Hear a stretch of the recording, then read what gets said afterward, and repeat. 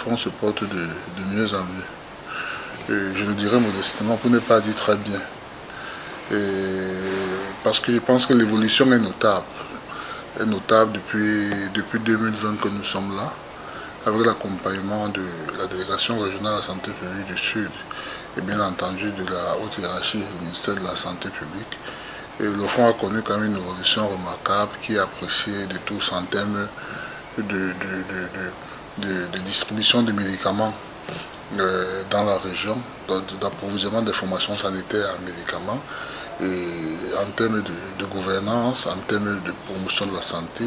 Sur ce plan, nous sommes partis d'un stock en 2020 qui oscillait entre 50 et 70 millions pour un stock en 2025 de près de 200 millions de francs.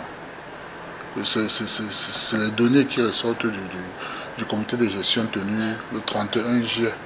Je pense qu'il y a un accompagnement du ministère de la Santé, des partenaires qui a permis le relèvement de ce stock, avec une emphase également qui a été mise sur la gouvernance.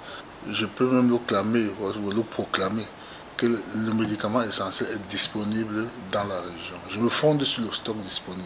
Lors du dernier comité de région, il ressort que nous avons un taux de rupture de moins de 3%. Lorsqu'une formation sanitaire passe une commande de fonds, en moins de 3 jours, elle est livrée. Au niveau du fonds régional, nous affichons un taux de plus de 90%. C'est-à-dire qu'il y a un ensemble, une liste de médicaments du niveau central qui doit toujours être disponible au niveau des fonds régionaux.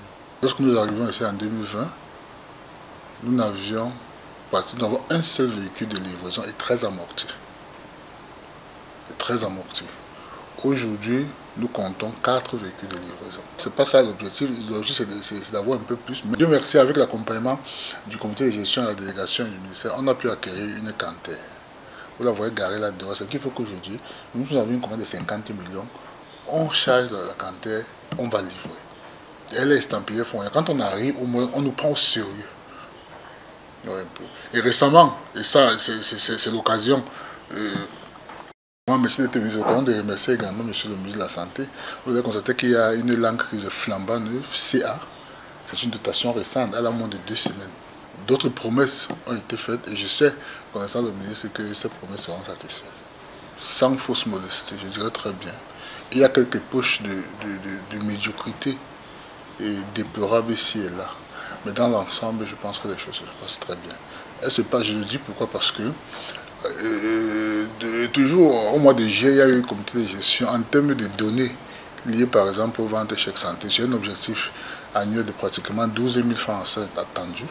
On se retrouve ici en train de vendre, on se retrouve au mois de juillet avec 6 250 chèques vendus. Ça veut dire que nous sommes pratiquement dans les 50% de l'objectif annuel. Et si on continue, comme ça au mois de décembre, on sera pratiquement à 100% de l'objectif.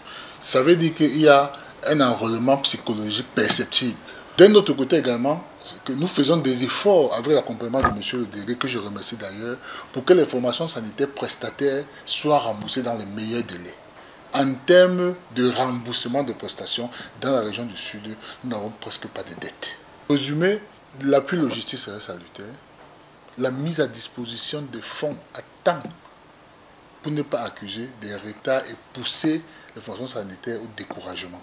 Et le relèvement du stock de médicaments, je pense que c'est des choses qui aideront. Si cela est fait, je pense que dans le mois qui suivent, vous entendrez parler du fonds de la plus belle demain.